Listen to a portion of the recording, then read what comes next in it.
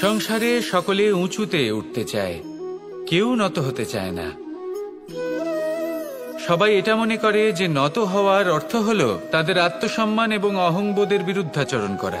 তাদের মনে হয় যে যদি আমরা নত হই, সংসার আমাদের দুর্বল মনে করবে, তাদের শৌর্য এবং তাদের ব্যক্তিত্বের অপমান হবে। কিন্তু এটা কি সত্যি? প্রত্যেকবার নত হওয়ার অর্থ কি সম্মানহানি হওয়া? কখনোই নয়। আপনি নিজের জীবনকেই দেখে নিন। আপনার কোনো অমূল্য জিনিস যদি নিচে পড়ে যায় তাহলে তাকে কিভাবে তোলেন? সেই বস্তুকে তোলার জন্য আপনাকে নত হতেই হবে। আপনি বড়দের আশীর্বাদ কিভাবে লাভ করেন? আপনি নত হয়ে তবেই তাদের আশীর্বাদ লাভ করতে পারেন, তাই না? ভেবে দেখুন, আপনি একটা পথে হাঁটছেন, আপনি দেখতে চাইছেন যে আপনি সঠিক পথে হাঁটছেন কিনা, পায়ের নিচে কাঁটা পড়ে আছে কিনা। কিভাবে দেখবেন? আপনাকে সেই মাথা নত করেই দেখতে হবে। এর অর্থ কি? অর্থ খুব সহজ। প্রত্যেকবার নত হওয়া অনুচিত নয়, সেটা কোনোভাবেই সম্মানহানি নয়। পরিস্থিতি অনুসারে এবং যেখানে প্রয়োজন আপনি নত হতে শিখে গেলে আপনি অনেক কিছুই লাভ করতে পারবেন। জ্ঞান, মান, গুণ, বিশ্বাস। সেই জন্য প্রয়োজন এবং পরিস্থিতি অনুসারে নত হতে শিখুন, এতে অনুচিত কিছুই নেই। আত্মসম্মান থাকা অত্যন্ত প্রয়োজনীয়, কিন্তু তা যেন কখনো অহংকারে পরিণত না হয়। এই বিষয়ে অবশ্যই নজর রাখবেন এবং আমার সাথে ভালোবেসে বলবেন, রাধা রাধা। বিন্দু বিন্দু জলেই সাগর নির্মাণ হয়। এবার এই কথা আমরা সকলে জানি।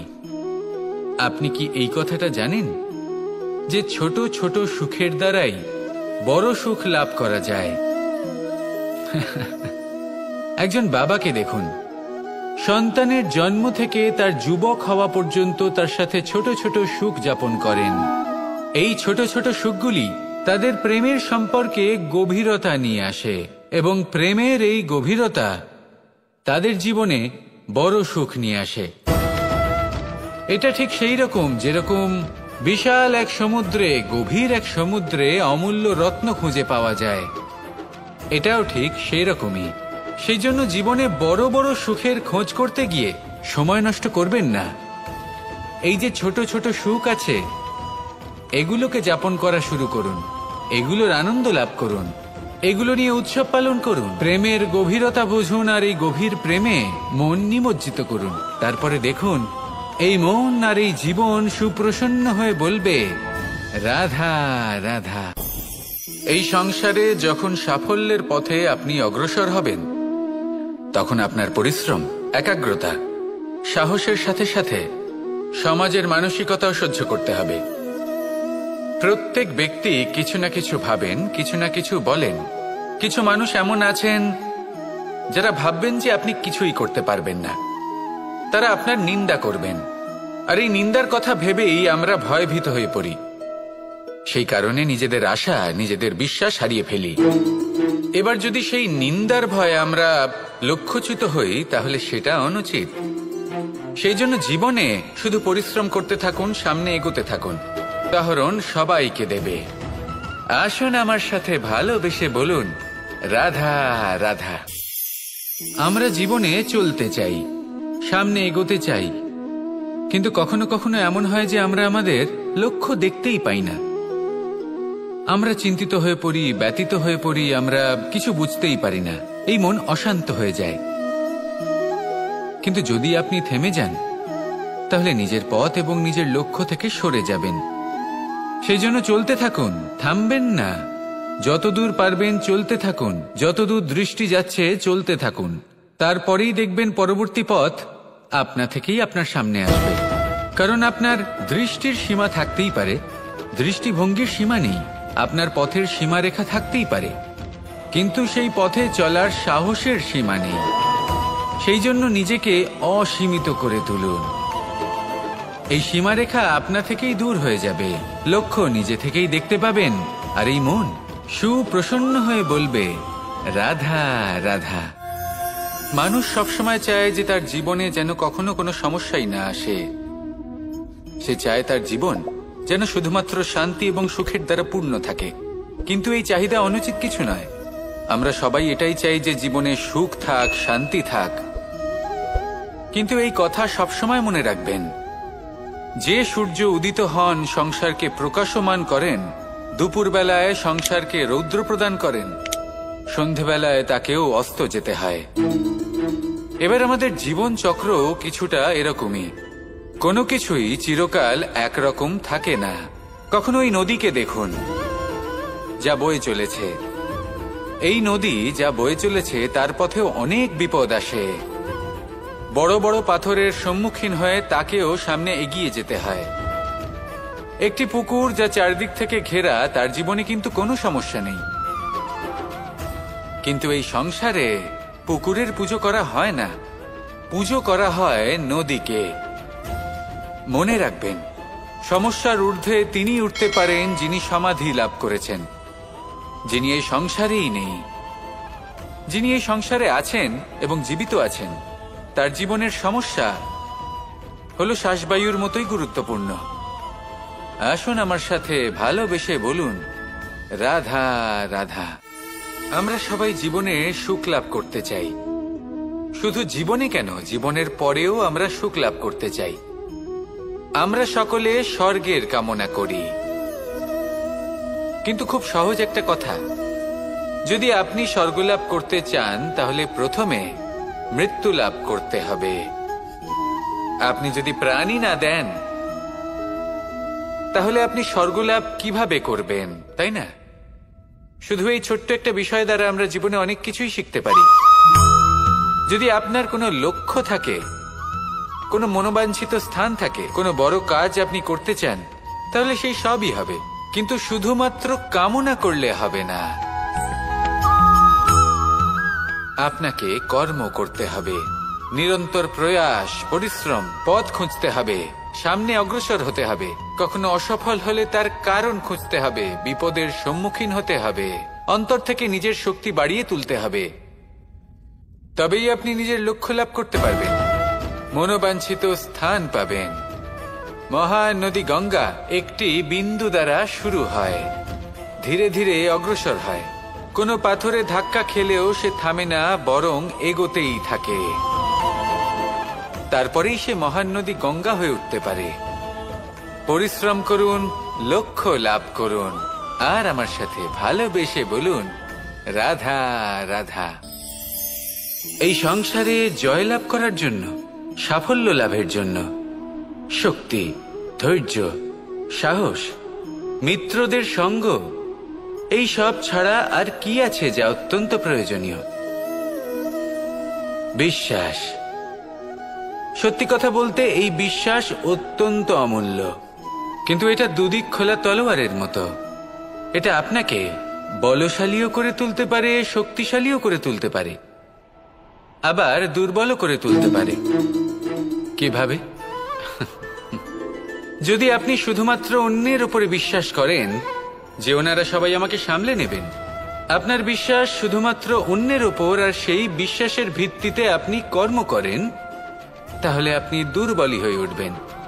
কিন্তু এই বিশ্বাস যদি আপনি নিজের উপর রাখেন যে যাই হয়ে যাক না কেন, আমি নিজেকে ঠিক সামলে নেব, আমি আমার পথ বানিয়ে নেব, সব বিপদের সম্মুখীন আমি নিজে হব এবং জীবনে সামনে এগোতে থাকব, তাহলে এই বিশ্বাস আপনাকে বলশালী করবে। এবার সিদ্ধান্ত আপনার যে আপনি কি চান, এই বিশ্বাস আপনাকে বলশালী করবে নাকি দুর্বল। ভেবে দেখুন, আর আমার সাথে ভালোবেসে বলুন, রাধা রাধা। কথায় আছে যে স্বপ্ন এবং লক্ষ্য হলো একটি মুদ্রারই দুটি দিক। যতক্ষণ না স্বপ্ন দেখছেন ততক্ষণ বুঝবেন কি করে আপনার লক্ষ্য কি? স্বপ্ন দেখে যদি নিজের লক্ষ্য বুঝতে পারেন, সেটা পেতে চান, তবেই সেটা লাভ করতে পারবেন। কিন্তু স্বপ্ন এবং লক্ষ্য এই দুইয়ের মধ্যে একটা ভারসাম্য রয়েছে, যেটা বজায় রাখা প্রয়োজনীয়। একে আমরা বলে থাকি পরিশ্রম। দেখুন, যদি আপনি স্বপ্ন দেখতে চান তাহলে পরিশ্রম ত্যাগ করে নিদ্রা লাভ প্রয়োজন। কিন্তু যদি আপনি লক্ষ্য লাভ করতে চান তাহলে আপনাকে নিদ্রা ত্যাগ করে পরিশ্রম করতে হবে। তাই আলস্য ত্যাগ করুন এবং সিদ্ধান্ত নিন যে আপনি কি চান। আপনার জীবনের এই তুলাদণ্ডে স্বপ্নের পাল্লা ভারী হওয়া প্রয়োজন নাকি লক্ষ্যের? আমার মতে এই দুইয়ের মধ্যে যদি ভারসাম্য বজায় রাখেন তবে পথ নিজে থেকেই সামনে আসবে। শুধু সেই পথে অগ্রসর হতে থাকুন এবং আমার সাথে ভালোবেসে বলুন, রাধা রাধা। বস্ত্র আমাদের সকলের প্রিয়, এটা আমাদের জীবনযাপনের জন্য প্রয়োজনীয়। আমরা সবসময় চেষ্টা করি সেই বস্ত্র পরতে যা পরলে আমাদের দেখতে ভালো লাগে। কিন্তু কখনো এই কথা ভেবে দেখেছেন যে কিছু বস্ত্র যদি স্বচ্ছ হয় তাহলে তা পুরনো হলেও দেখতে ভালো লাগে? ঠিক তেমনি যেমন কোনো খাবার যদি মশলাদার না হয়, অত্যন্ত সুস্বাদু নাও হয়, কিন্তু যদি তা গরম হয়, টাটকা হয়, তাহলে খেতে ভালোই লাগে। ঠিক সেইভাবেই যদি কোনো ব্যক্তি সুন্দর নাও হয় কিন্তু তার কথা খুবই মধুর হয়, তাহলে সেই ব্যক্তি সকলের প্রিয় হয়। কোনো ব্যক্তি যদি ধনবান নাও হন কিন্তু তিনি যদি গুণী হন, তাহলে এই সংসারে সম্মান লাভ করেন। সেই জন্য কখনো এই বিষয়ে দুঃখ পাবেন না যে আপনার কাছে ভৌতিক স্বাচ্ছন্দ্য নেই। আপনার কাছে সব থেকে বড় বস্তু, সব থেকে মূল্যবান বস্তু যেটা আছে সেটা হলো আপনার আত্মা, আপনার মন, আপনার বিচারধারা, আপনার গুণ, আপনার কথা। এগুলো সবসময় শুভ রাখুন এবং সবসময় নিজের সাথে রাখুন। এই জীবন সফল হবে এবং প্রেমময় হয়ে বলে উঠবে, রাধা রাধা। ছোটবেলা থেকেই আমি গরু চড়িয়ে অভ্যস্ত, সেই জন্য সকলে আমাকে গোপাল নামে ডাকত। কিন্তু গোপাল হয়ে আমি একটা অমূল্য শিক্ষা লাভ করেছি। আমি দেখেছি যে গৌশালাতে অনেক বাছুরের মধ্যে একটি গাই তার নিজের বাছুরকে অবশ্যই চিনে ফেলে। যেখানে সমস্ত বাছুর একই রকম দেখতে এবং প্রত্যেকের স্বরও সমান, তারপরেও সকল বাছুরের মধ্যে নিজের বাছুরকে ঠিক চিনতে পেরে যায় এবং তার সাথেই থাকে।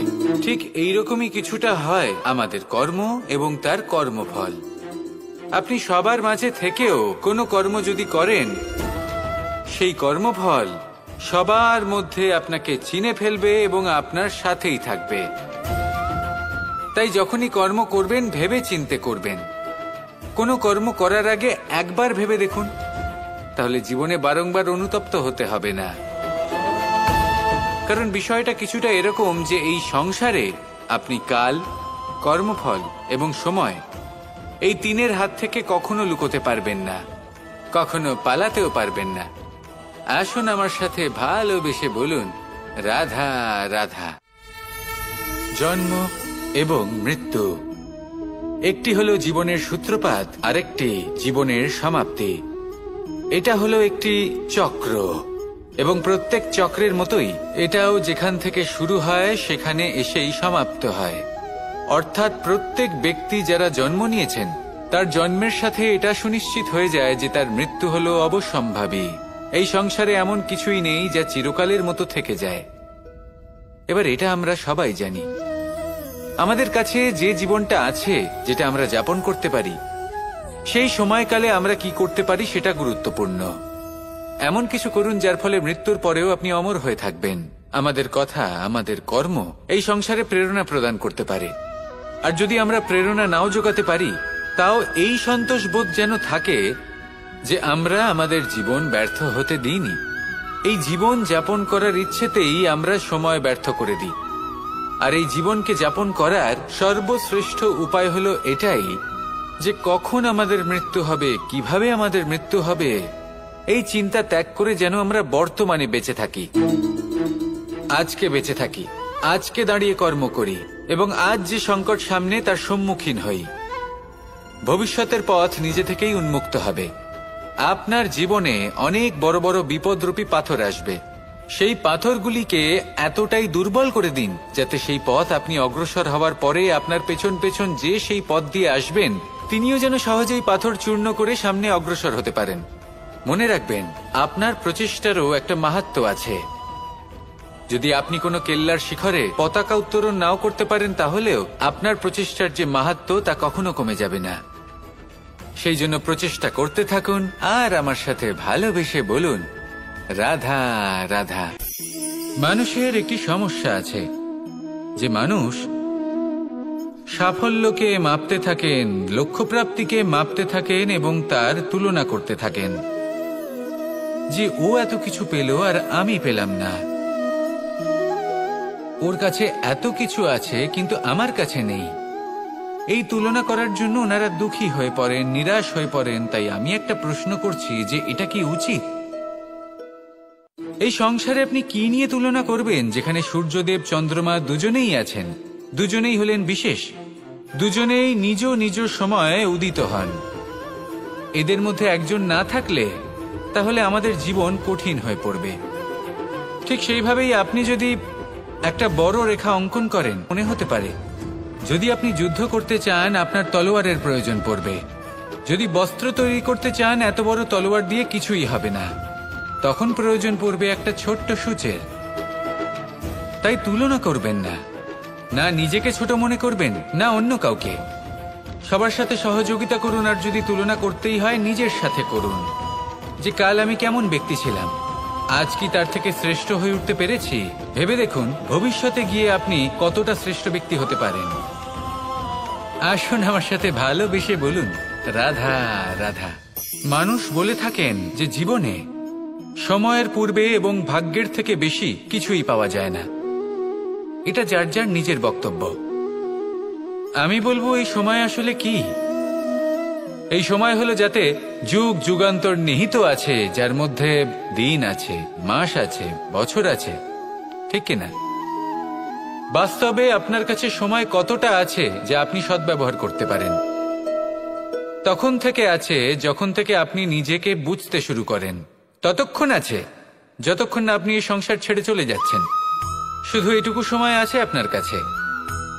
আর যদি ভাগ্যের কথা বলা হয়, তাহলে ভাগ্য হলো সেই পরিস্থিতি যখন মানুষ নিজেকে সময়ের হাতে সমর্পণ করে দেন, তাকে ভাগ্য বলে। অর্থাৎ আপনি জীবনে পরিশ্রম করেছেন, বিপদের সম্মুখীন হয়েছেন, সামনে এগিয়ে গেছেন, কোথাও পৌঁছে গেছেন, এবং তখন আপনার মনে হলো যে ব্যাস এখানেই থেমে যাওয়া উচিত, তাহলে সেটাই হবে আপনার ভাগ্য। যদি ভাগ্যের কথা বলা হয় তাহলে বলবো সত্যবানের ভাগ্যে মৃত্যু লেখা ছিল, কিন্তু সাবিত্রীর কর্ম তাকে পুনর্জীবিত করে তুলেছিল। অর্থাৎ এই ভাগ্য বদল করা সম্ভব কর্ম এবং পরিশ্রমের দ্বারা। ভেবে দেখুন, রাবণ মাতা সীতাকে হরণ করেছিল। যদি শ্রীরাম সেটাকে ভাগ্য বলে মেনে নিতেন তাহলে কখনো ভাগ্য বিধাতা হয়ে উঠতে পারতেন না। ভাগ্য হলো একটা বাঁধন যেটাকে ভেঙে ফেলা খুব প্রয়োজনীয়। নিজের লক্ষ্যের কাছে পৌঁছতে হবে। হতেই পারে এই লক্ষ্য হলো পরমাত্মার কাছে পৌঁছে যাওয়া। আপনি যদি পরমাত্মার কাছে পৌঁছতে নাও পারেন, তাও সেই পথে কিছুটা অগ্রসর হতে পারছেন, তাই না? তাহলে ভাগ্যের এই বাঁধন ভেঙে ফেলুন, নিজের কর্মের দ্বারা নিজের প্রারব্ধ গড়ে তুলুন এবং আমার সাথে ভালোবেসে বলুন রাধা রাধা। এই সংসারে নির্মাণের বিষয়ে জ্ঞান লাভ করার পূর্বে ধ্বংসের বিজ্ঞান বুঝে নেওয়াও খুব প্রয়োজনীয়। যখনই আমরা ব্যায়াম করি তখন কি হয়? আমাদের পুরনো মাংসপেশি নষ্ট হয়ে যায় এবং সেই মাংসপেশির স্থানে আমরা নতুন মাংসপেশির নির্মাণ করে থাকি। যেমন একটা নতুন ইমারত গড়ে তোলবার পূর্বে পুরাতন ইমারতকে ভঙ্গ করে দিতে হয়, তবেই তো সেই স্থান সজীব হবে, ঠিক কিনা? এবারে জ্ঞান এবং বিজ্ঞান ছাড়াও এমন কিছু আছে যা কিনা অত্যন্ত গুরুত্বপূর্ণ। তা হলো সীমা পার করে যাওয়া। এই যে সীমা, এই যে নিয়ম, তা মানুষের জন্যই বানানো, তাকে নিয়ন্ত্রণ করার জন্য তৈরি করা হয়েছে। এমন অনেক সীমা, এমন অনেক নিয়ম মানুষের জন্য অত্যন্ত মঙ্গলকারী। কিন্তু কিছু এমন সীমা আছে, কিছু এমন নিয়ম আছে যা মানুষের লঙ্ঘন করে যাওয়া অতি আবশ্যক। যতক্ষণ না এই সীমা লঙ্ঘন করছেন, নিজের নতুন অস্তিত্বকে খুঁজেই পাবেন না, সেই স্থানে পৌঁছতেই পারবেন না যেখানে সংসার তাকে চিরস্মরণীয় করে রাখবে। সেই জন্য জীবনে যাই করবেন, সীমা অতিক্রম করে যান। যদি পরিশ্রম করেন তাহলে সীমা অতিক্রম করে পরিশ্রম করুন। যদি লক্ষ্যের দিকে অগ্রসর হন তাহলে সীমা অতিক্রম করে অগ্রসর হন। কোনো সীমারেখা যাতে না থাকে, সেই সর্বোচ্চ স্থান দেখুন এবং অগ্রসর হন। এই সংসারে অগ্রসর হওয়ার জন্য এই সীমারেখা বুঝে নেওয়া এবং তা অতিক্রম করার জ্ঞান লাভ করা প্রয়োজনীয়। আসুন আমার সাথে ভালোবেসে বলুন, রাধা রাধা। আমরা সবাই এই সংসারে সূর্যের মতো হয়ে উঠতে চাই, সূর্যের মতো তেজস্বী, প্রকাশময়, যশস্বী। সূর্যের মধ্যে এতটাই তেজ থাকে যে সবাই তার সামনে নত হয়ে থাকে। সেই কারণেই সূর্যকে যশদানের গ্রহ বলা হয়। আমরা সবাই সূর্যের মতো উজ্জ্বল হতে চাই, কিন্তু তার জন্য সূর্যকে প্রত্যেক দিন জ্বলতে হয় এই সংসারে শুভ ভাব, পবিত্রতা নিয়ে আসার জন্য, প্রকাশ ছড়িয়ে দেওয়ার জন্য। সূর্যকে প্রত্যেক দিন অস্তও যেতে হয়, আবার উদিতও হতে হয়, প্রত্যেক দিন জ্বলতে হয়। সূর্য একদিনের জন্য অবকাশ লাভ করেন না। আর যদি অবকাশ পেতেন তাহলে সূর্যকে আর সূর্য বলা হতো না, তাই না? সেই জন্য আপনি যদি সূর্যের মতো হয়ে উঠতে চান, সেই রকম উজ্জ্বল হতে চান, তেজস্বী হতে চান, তাহলে সূর্যের মতো জ্বলতে হবে, অর্থাৎ অগাধ পরিশ্রম করতে হবে। আসুন আমার সাথে ভালোবেসে বলুন, রাধা রাধা। যদি আমি স্থির করি, যদি নিশ্চিত করি একটা মূর্তি গড়ে তুলব, আর কিছুক্ষণ সেই কাজটা করে আবার কিছুক্ষণ পরে বন্ধ করে দিই, আবার কিছুক্ষণের জন্য কাজটা করে আবার সেই কাজ বন্ধ করে দিই, আবার কিছুক্ষণের জন্য কাজটা করে বলি ক্লান্ত লাগছে, কিছুক্ষণের জন্য বিশ্রাম নিয়ে নিই, যদি এইভাবে আমি কাজটা করি, তাহলে কি এই কাজ উচিত সময় এবং উচিতভাবে সম্পন্ন হবে? কখনোই নয়। শুধু তাই নয়, যে কোনো কাজ যদি পূর্ণ করতে হয়, উচিতভাবে করতে হয়, উচিত সময়ের মধ্যে করতে হয়, তাহলে প্রয়োজন সততার এবং অখণ্ড প্রচেষ্টার। সততা ছাড়া আপনি যে কাজই করুন না কেন, উচিত সময় তা সম্পূর্ণ হবে না, আর মনোবাঞ্ছিত ফল আপনি কখনোই পাবেন না। তাই যে কাজই আরম্ভ করুন না কেন, সততার সাথে এবং অখণ্ড প্রচেষ্টার সাথে করুন। তখনই কর্ম এবং তখনই এই জীবন সফল হবে, এবং এই মন প্রসন্ন হয়ে বলবে, রাধা রাধা। জ্ঞান এবং অহংকার, এই দুইয়ের মধ্যে সম্পর্ক কোথায়? সম্পর্ক ঠিক সেরকম যেরকম হাত এবং কাকনের, যেমন চোখ এবং দৃষ্টির সম্পর্ক। এবার আপনি বলবেন, এ আমি কি বলছি? জ্ঞান এবং অহংকারের এমন সম্পর্ক কি করে হতে পারে? দেখুন, যে ব্যক্তি জ্ঞানী, যার কাছে জ্ঞান রয়েছে এবং তিনি জানেন যে তার কাছে জ্ঞান রয়েছে, তার মধ্যে নিজে থেকেই অহংবোধ জাগ্রত হয়। খুব কম সংখ্যক এমন জ্ঞানী ব্যক্তি আছেন যারা নিজেদের অহংকারের বিষয়ে আঁচ করতে পারেন। প্রকৃত জ্ঞানী হলেন তিনি, যিনি নিজের জ্ঞানের সদ্ব্যবহার করে অহংকারকে দূর করেন। উচিত সময়ে বুঝে যান, নিজের অন্তর যাচাই করে এই বিষয়টা দেখেন যে তার অন্তরে অহংবোধ জাগ্রত হচ্ছে, এবং নিজেকে সেখানেই থামিয়ে দেন, যাতে অহংকারের পথে তিনি অগ্রসর না হয়ে যান। এই অহংকার কখন উচিত, কখন অনুচিত, কখন প্রয়োগ করা উচিত, উচিত নয়, কখন বাধা দেওয়া উচিত, এটা শেখা অত্যন্ত প্রয়োজনীয়। আর যদি এটা আপনি শিখতে পারেন, তাহলে আপনি একজন জ্ঞানীও হয়ে উঠবেন এবং সুখীও থাকবেন। তাই মনে রাখবেন, এই জ্ঞান নিয়ে কখনোই অহংকার করবেন না, বরং সবসময় নিজের অহংবোধের বিষয়ে প্রকৃত ধারণা রাখবেন। আসুন আমার সাথে ভালোবেসে বলুন, রাধা রাধা। এই সংসারে সব থেকে বেশি কঠোর এবং বলশালী ধাতু হল লৌহ, অর্থাৎ লোহা। হয়তো সেই জন্যই সকল অস্ত্র, সকল শস্ত্র, সকল বাহন, যখনই এদের নির্মাণ হয়, তখন সব থেকে বেশি ব্যবহার এই লোহাকে করা হয়। এবার এই লোহার একটা বিশেষ গুণ রয়েছে, সেটা এটাই যে লোহাকে আপনি অন্য কোনো ধাতু দিয়ে কাটতে পারবেন না।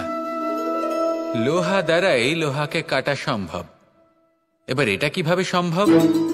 যে লোহাকে কাটতে হবে তাকে গরম করা হয়, যে লোহা দ্বারা কাটতে হবে সেটাকে ঠান্ডা রাখতে হয়, অর্থাৎ ঠান্ডা লোহা দ্বারা গরম লোহা কাটা হয়। এবার এই যুক্তি, তার প্রয়োগ আমাদের জীবনেও করা যেতে পারে। যদি আপনার কাছে শক্তি থাকে, যদি আপনি বুদ্ধিমান হন, আর যদি আপনার মন স্থির হয়, শান্ত হয়, তাহলে এই সংসারকে আপনি বদলাতে পারবেন। কিন্তু যদি আপনি শক্তিশালী হন, বুদ্ধিমান হন, কিন্তু আপনার মন অস্থির হয়, আপনার মন স্থির না থাকে, কোথায় কোথায় আপনি রেগে যান, তাহলে আপনি কখনোই সংসার বদলাতে পারবেন না। তাকে আপন করে নিতে হবে। আসুন আমার সাথে ভালোবেসে বলুন, রাধা রাধা। এই সংসারে সব থেকে বেশি কোমল বস্তু হলো রেশম। এই রেশম এতটাই কোমল হয় যে এর পুরো একটা থান শুধুমাত্র একটা হাতে ধরা সম্ভব। কখনো ভেবে দেখেছেন এই রেশম কিভাবে হয়? একটি কীট তার লালার দ্বারা উৎপন্ন হয়। এই কীট সেই রেশমকে পাক দিতে থাকে, পাক দিতেই থাকে, আর আস্তে আস্তে তার মধ্যেই জড়িয়ে পড়ে। শেষে ওর এই সুন্দর অমূল্য সৃষ্টি রেশমের এই সুতো, তার নির্মাণ কার্য পূর্ণ হয়। কিন্তু তাতেই ও নিজে বন্দী হয়ে যায়। নিজেরই মায়াজালের এই বন্দী গৃহে নিজেই ফেঁসে যায়। এবার এই সুতোকে ব্যবহারযোগ্য করে তোলার জন্য এই কীটগুলিকে এই কবচের সাথেই ফুটন্ত জলে ফেলে দেওয়া হয়। এই সংসারে যদি আমাদের স্বপ্ন এই সংসারের দুঃখ হরণ করার জন্য, এই সংসারে সুখ বিতরণ করার জন্য হয়, তবেই আমাদের প্রগতি সম্ভব। যদি আমাদের এই স্বপ্ন শুধুই আমাদের এবং আমাদের স্বার্থ সিদ্ধির জন্য হয়, তাহলে এই স্বপ্ন আমাদের অন্ধ করে দেবে, আমাদের অন্ধকারের পথে নিয়ে যাবে, আর আমরাও সেই কীটের মতো হয়ে যাব। নিজেদেরই মায়াজালে আমরা নিজেই ফেঁসে যাব, আর শেষে আমরা যদি কিছু লাভ করি তা হবে একাকিত্ব, অন্ধকারময় মৃত্যু। তাই স্বপ্ন অবশ্যই দেখুন, কিন্তু এমন ভাবে স্বপ্ন দেখবেন না যে তার এই বন্দিগৃহে আপনি নিজেই ফেঁসে গেলেন।